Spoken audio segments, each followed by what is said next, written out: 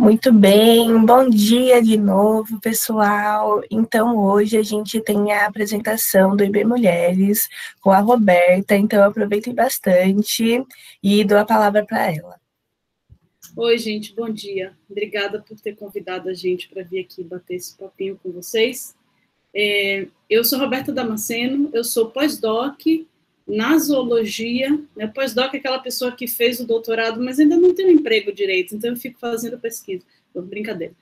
É em parte verdade, né? Eu faço pesquisa na zoologia, eu também sou do IB Mulheres, e eu fiz alguns slidezinhos para dividir com vocês, para falar um pouco o que é que o grupo faz, quem somos nós, e algumas questões sobre viés de gênero e, na verdade, problemas de diversidade na academia e na ciência.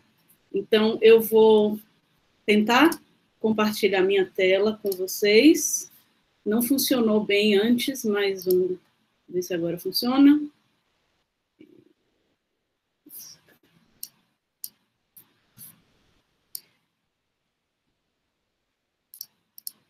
Não, tá dando errado. Eu não estou conseguindo nem achar aqui na lista. Tenta apresentar só a guia. Tenta apresentar só a guia, em vez de apresentar a página, o Chrome inteiro, apresenta só a guia do Chrome, talvez funcione, porque era animação.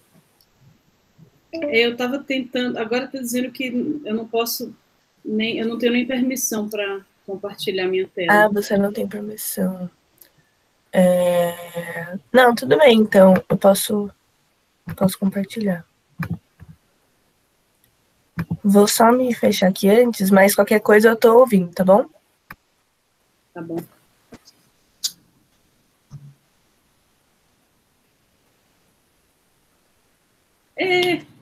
Bom, você pode dar o primeiro toque, por favor, Jade? Nós somos um grupo eu esqueci o número que nós somos, mas nós somos 11 mulheres aqui do IB. A gente tem mulheres de quase todos os grupos da comunidade. A gente tem uma funcionária, alunas de pós-graduação, professoras, pós-docs, e a gente não tem representantes da graduação. Inclusive, se vocês estiverem interessados em participar do grupo, por favor, entrem em contato com a gente, que a gente precisa de alunos da graduação nesse grupo, para trazer o ponto de vista, né, e os problemas que podem estar acontecendo na graduação, que a gente às vezes não consegue ver, porque a gente não está dentro da sala e a gente não está do lado do aluno, né, sendo aluno muitas vezes. Então, essa aqui são as nossas caras, o e-mail da gente está aí, no final, no pezinho do slide, assim como o nosso site, e esse e-mail é um e-mail que só uma pessoa confere, olha, né, cada semana, que é o e-mail pelo qual a gente recebe denúncias também. Eu vou falar um pouco mais sobre o que a gente faz a respeito de denúncias que a gente recebe. Então, tá aí a nossa cara, caso vocês encontrem com a gente pelo mundo virtual, esses somos nós. Você passa o próximo slide, por favor, Jane. Obrigada. Então, a gente começou em 2017, foi uma comissão criada a convite do diretor na época, que era o professor Fernando Xavier, e naquele momento a USP estava criando várias comissões de direitos humanos. E havia também no Instituto uma demanda por acolhimento das denúncias de assédio, de comportamento inapropriado. Então, aquele foi um momento oportuno para juntar pessoas que estavam interessadas em tentar remediar ou diminuir esse tipo de ocorrência no Instituto. E a gente viu que era necessário criar mais apoio, ter uma organização melhor e ter um movimento de divulgar mais eventos também públicos sobre questões de gênero na academia e na ciência. Então, nosso primeiro evento foi no dia 8 de março de 2017, e acho que só as pessoas que estão nas comissões aqui hoje que tiveram, né, a chance de poder participar desse evento, porque ele aconteceu no passado. E foi a professora Renata Pardini, que é da zoologia, que fez a palestra Proporção de Mulheres em Diferentes Fases da Carreira do IB, USP. E foi super legal, ela trouxe dados sobre o número de bolsistas, nos vários estágios da carreira, e a gente discutiu várias outras coisas a respeito da proporção de mulheres e do viés de gênero no IB. Pode passar, por favor, Jade? E por que a gente, então, está aqui, né? Por que esse grupo existe? Todas nós, e, na verdade, também as pessoas que no passado estiveram nesse grupo e não estão mais, a gente está interessado e a gente é tocado, né, pessoalmente, pelas questões relacionadas ao viés de gênero na academia e na universidade. Pode passar, por favor? E o que é viés de gênero? Pode dar outro toque? Obrigada. De maneira bastante simplificada, toda desigualdade, que normalmente é injusta, relativa a expectativas, ideias, sentimentos, ações, que são baseadas em gênero. E o viés de gênero ele pode ser consciente ou inconsciente, né, o que torna a coisa ainda mais perversa. Pode passar, por favor? E como é que isso pode se manifestar? Pode dar 2 toques, por favor. De muitas e muitas e muitas maneiras, né? O que a gente logo pensa quando fala em viés de gênero é na violência física, na violência sexual, que é grave, infelizmente acontece na universidade, mas não é a única manifestação, né? E eu diria que não é a mais constante. Eu acho que as pessoas passam por constrangimentos, humilhações, manipulações, chantagens, todas essas coisas que estão aí na segunda linha do slide, com mais frequência até do que pela violência física e sexual. Todas essas coisas são igualmente graves, né? Algumas são mais sutis do que outras, o que torna, às vezes, muito difícil identificar e conseguir combater. E eu quero trazer só 4 exemplos de fenômenos que acontecem, normalmente, de homens com relação a mulheres, que são esses 4 quadradinhos brancos aí. Eu tirei essas ilustrações do site que eu coloquei aí, e são 4 coisas que não acontecem apenas com homens e mulheres, né? Acontecem com grupos que são marginalizados e que são subrepresentados, que de alguma maneira são subjugados socialmente, né? Então isso é mais amplo do que homens e mulheres, né? Então uma das coisas é o man interrupting, que é uma coisa muito comum de mulheres serem interrompidas por homens. Eu não sei se em reuniões vocês já perceberam isso. E eu convido vocês a prestarem atenção, né, se vocês percebem que essas coisas acontecem, e, se possível, que vocês intervenham, né, de maneira civilizada para, né, apontar o que está acontecendo ou parar, né, com que aquilo não aconteça mais. Então, é frequente que mulheres sejam interrompidas por homens, ou que elas levantem a mão e fiquem com a mão levantada, o braço lá apodrecendo e ninguém dá a palavra. Isso é uma coisa bastante comum. Outra situação é o que se chama de mansplaining, que é, às vezes, um homem explicando para uma mulher uma coisa que ela sabe mais do que ele, mas que, às vezes, no fundo da nossa mente, acho que principalmente com relação a imagem do cientista, né? A gente acha que o cientista é um homem. Então, às vezes, natural, entre aspas, né, a gente achar que o homem vai saber mais do que a mulher. E eu digo isso pensando, gente, isso é ridículo, né? Quando a gente fala isso alto, parece ridículo, mas esse tipo de viés, ele está dentro da gente, em algumas pessoas mais, em outras pessoas menos, né? Uma outra coisa é o appropriating, que é um homem que se apropria das ideias de mulheres. E, assim, todos esses nominhos que eu estou trazendo aqui, tem um monte de exemplos famosos, né, de mulheres relatando situações em que isso aconteceu. E essa appropriating é um homem que termina se apropriando, às vezes também numa reunião, alguma mulher diz alguma coisa e ela ninguém dá muita atenção ao que ela falou, e às vezes isso é repetido, às vezes por um homem, e aí então a ideia recebe a atenção, ou a ideia é levada a sério. Então, isso é uma coisa que acontece. Existem vieses nesse sentido também. E o último é o gaslighting, que é aquela história de que, ai, mulher, isso é coisa da sua cabeça, você não está vendo que não tem nada, que você está exagerando, você é muito sentimental, você é muito sensível. Então, assim, não, as coisas acontecem, né? E a gente precisa ouvir quem reclama para entender o que essa pessoa está sentindo, nem sempre é só mulher. Mas eu queria trazer essas 4 coisas porque elas são muito comuns, são muito corriqueiras, infelizmente. às vezes são difíceis de identificar porque são corriqueiras, mas esses vieses estão dentro de todo mundo, né, em maior ou menor grau, e também fazer um pouco de paz com isso, de que todo mundo tem vieses, não só de gênero, é importante para a gente dar um passo à frente, que é diminuir esses vieses. O próximo, por favor. E aqui eu trago, então, duas coisas que eu acho super importantes de pensar quando a gente pensa em viés de gênero, que é o viés de gênero está muito baseado nos estereótipos que a gente tem, né, nos papéis, né, nas imagens que a gente tem. E os estereótipos são essas crenças sobre características, atributos, comportamentos que a gente atribui a pessoas de um certo grupo, né?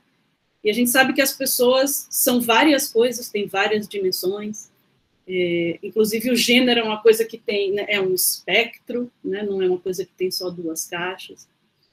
Mas, então, esses vieses estão baseados em estereótipos que são úteis, porque né, os estereótipos ajudam a gente a simplificar o mundo, né? Mas, ao mesmo tempo, eles têm esse lado perverso, que é, das vezes, a gente assumir coisas sobre a pessoa dada uma característica que ela tem, quando isso pode não ser verdade. E no lado esquerdo do slide tem um pequeno esquema. Esse é um esquema de um artigo científico, porque o viés de gênero e as questões relacionadas à diversidade na ciência são uma realidade, né? As pessoas passam por problemas e passam por injustiças, isso é uma realidade, e isso também é uma linha de pesquisa, então tem cientistas estudando esse tipo de coisa, então isso não é sentimentalismo, isso não é mimimi das pessoas, essas coisas acontecem, e essas coisas são sérias o suficiente para serem estudadas por acadêmicos. E o que eu trago para vocês é um pequeno esquema de um artigo, que é um modelo, né, é uma hipótese, de como o viés de gênero se retroalimenta de maneira negativa na academia e na universidade.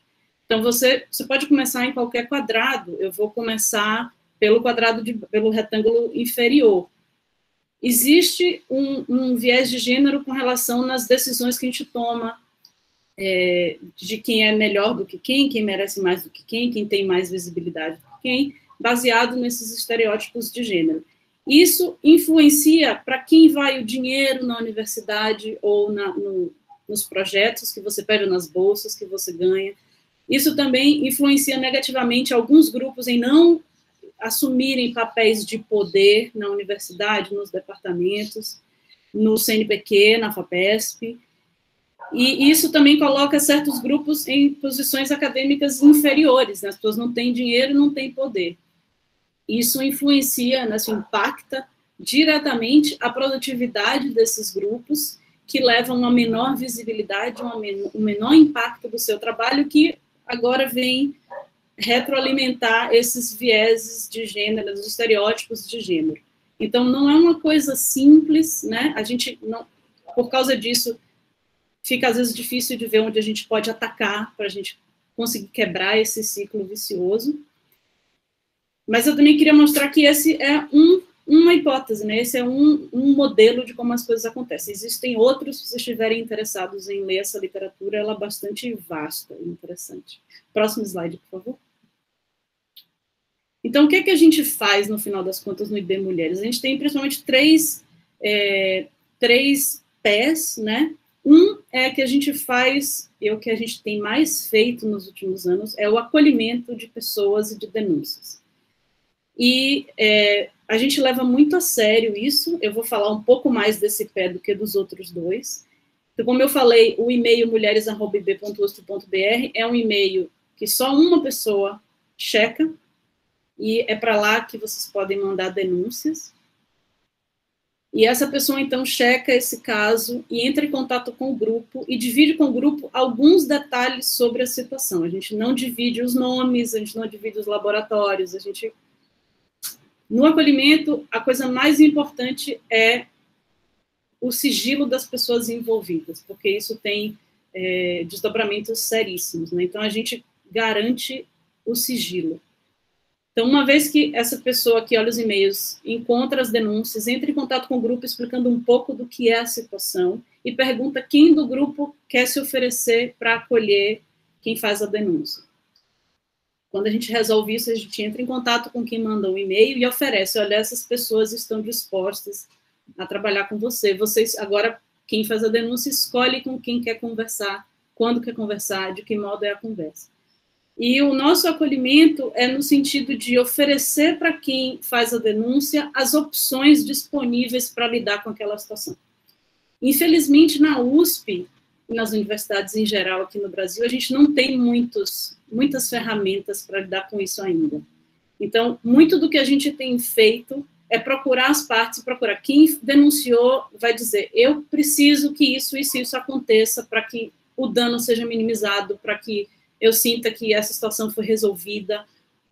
Então, a gente deixa, né, o papel da pessoa que denuncia é primordial para escolher que caminho o caso vai levar. E a gente sempre oferece também a via mais legal, né, de entrar com processos administrativos e sindicâncias. Essas coisas estão sempre disponíveis, mas essas coisas são extremamente desgastantes para todas as partes, né, a gente deixa isso claro também. E o que a gente mais fez, e eu acho que teve mais sucesso, foi conversar com as partes envolvidas e perguntar para a pessoa que denunciou o que é que você precisa para a gente conseguir amenizar essa situação.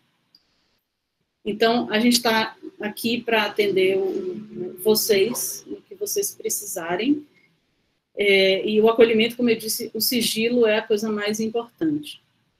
Outra coisa que a gente faz é promover eventos e produzir materiais sobre orientações de conduta, né, tentando criar um código de ética para o Instituto, ou tentando dar sugestões do que não fazer em aula ou nos laboratórios.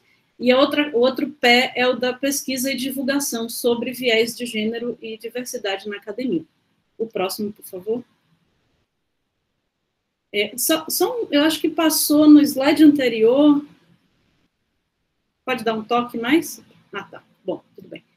Sobre a orientação de conduta, aqui tem um exemplo de uma campanha que a gente fez em 2019.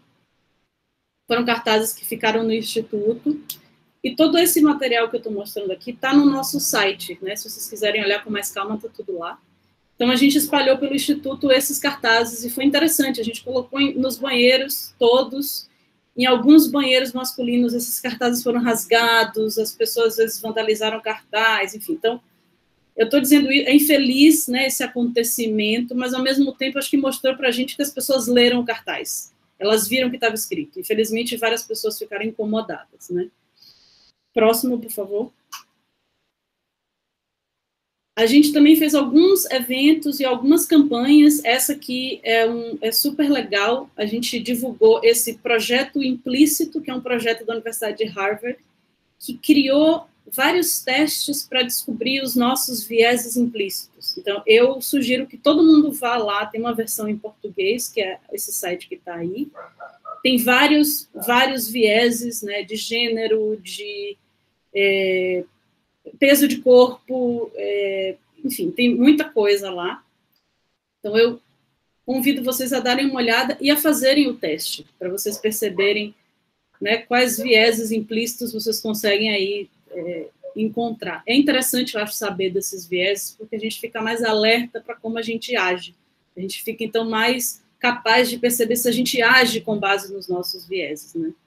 Próximo, por favor. A gente também fez discussão de artigos sobre viés de gênero. Um deles a gente convidou, inclusive, uma das autoras, que é uma professora da Unifesp, que foi bem interessante. Próximo, por favor.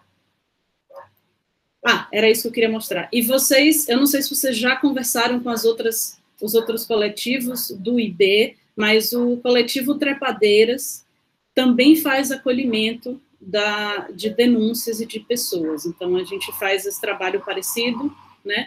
Trepadeiras é um grupo, acho que, principalmente formado por alunas de graduação, mas elas fazem esse trabalho. E agora o Trepadeiras está reunido com 2 outros coletivos, no coletivo Marielle Franco, que vocês também já devem ter ouvido falar. Próximo, por favor, eu já estou acabando. Outra coisa que a gente faz é, na medida do possível, apoiar iniciativas que busquem diminuir o viés de gênero na academia, no instituto, na universidade. Então, se vocês tiverem ideias para fazer algum evento, precisarem de apoio, procurem a gente vai ajudar da maneira que for possível. próximo, por favor. E a gente tem algumas conexões com outros grupos parecidos dentro da USP, né? A gente tem contato com trepadeiras. No passado, a gente teve um pouco mais de contato com esse grupo. Depois da pandemia, tudo ficou mais difícil. Mas a gente tem contato com a Rede Não Cala USP, que é uma rede bastante antiga de professoras e pesquisadoras, que é sobre violência sexual e de gênero. Não sei se vocês já ouviram falar sobre eles. E também o USP Mulheres, que é um escritório que a USP criou há alguns anos para tratar de questões de gênero, além das outras comissões de direitos humanos que a USP tem. Finalmente, meu último slide, por favor, que é para onde a gente quer ir, né? Vocês estão vendo aí, em todos os slides tem escrito IB Mulheres, eu mostrei um monte de foto de mulher, a gente está interessado, né? A gente se sente engajado na questão do gênero e da universidade, de como as mulheres são excluídas, são subrepresentadas, etc. Mas, na verdade, a questão é, a gente tem uma diversidade de pessoas aí, e essas pessoas não estão na universidade do jeito que deviam estar. Então, a nossa luta mesmo é que a universidade seja muito diversa e todo mundo tenha espaço e mesmas oportunidades nesse ambiente. Então, é uma luta muito maior, muito mais complexa, né? A gente tem o viés do gênero nessa questão, mas isso não exclui, a gente reconhece, né? E a gente sabe que trabalhar na questão de gênero não é independente de trabalhar nas questões socioeconômicas, raciais, etc, etc, etc. Então, só queria deixar por último essa mensagem de que a gente quer que todo mundo tenha espaço na universidade. E a gente está aqui para atender vocês. Quem quiser participar do grupo, entre em contato com a gente, pode vir para uma reunião sem compromisso e ver se é uma coisa que você se interessa em participar. E obrigada. Quem tiver perguntas também, se tiver tempo, eu estou aqui disponível para responder. Pode aí fazer perguntas, sim.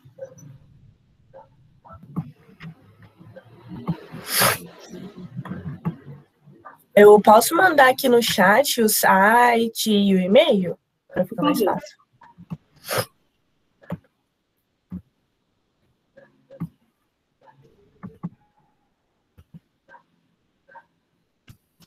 E quem quiser fazer pergunta, gente, pode fazer no chat ou pode abrir o microfone, tá?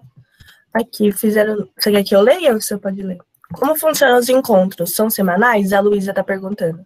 Tá. Não, Luísa, não são semanais, são mensais. Mas isso também depende das demandas, né? Quando a gente tem atendimentos, né? Quando a gente está acolhendo algum caso, o subgrupo de pessoas que está envolvido naquilo tem um calendário próprio que depende de como as coisas estão se desenvolvendo.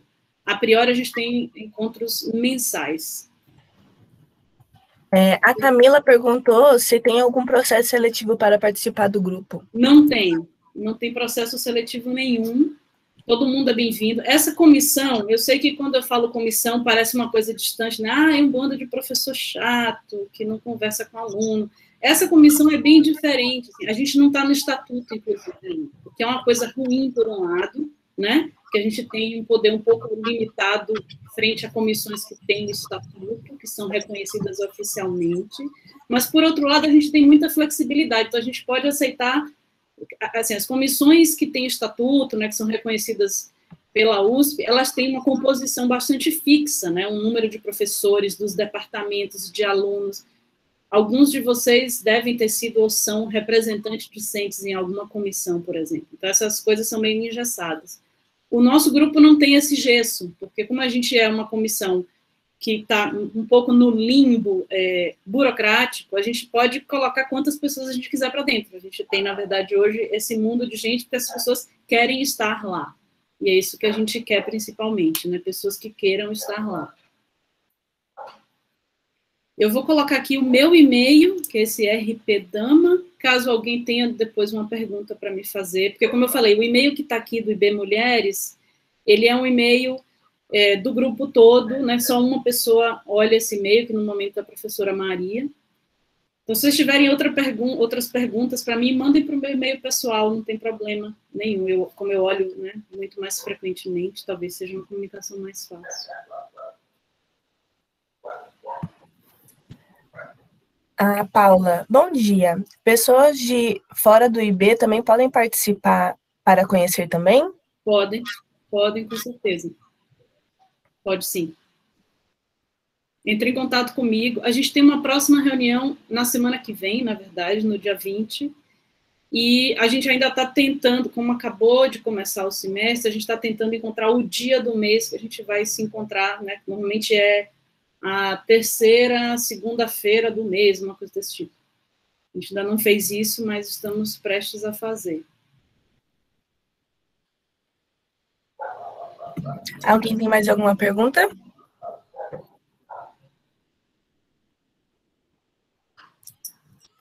Não? Tudo bem, então. Quem tiver mais alguma pergunta pode mandar um e-mail para a Roberta, né? Ou falar para a gente, que a gente repassa. Queria agradecer muito a sua presença, Roberta. Foi muito engrandecedor o dia de hoje. E é isso. Vou parar de gravar. Pode parar de gravar.